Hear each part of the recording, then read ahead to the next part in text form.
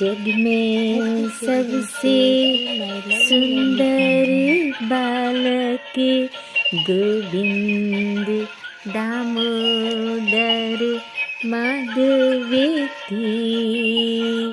जग में सबसे सुंदर बालक गोविंद दामोदर माधवेती।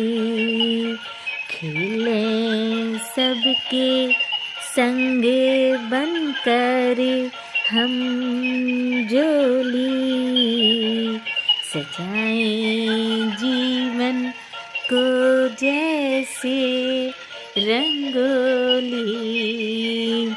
जग में सबसे सुंदरी बालक गोविंद दामोदर माधवेती।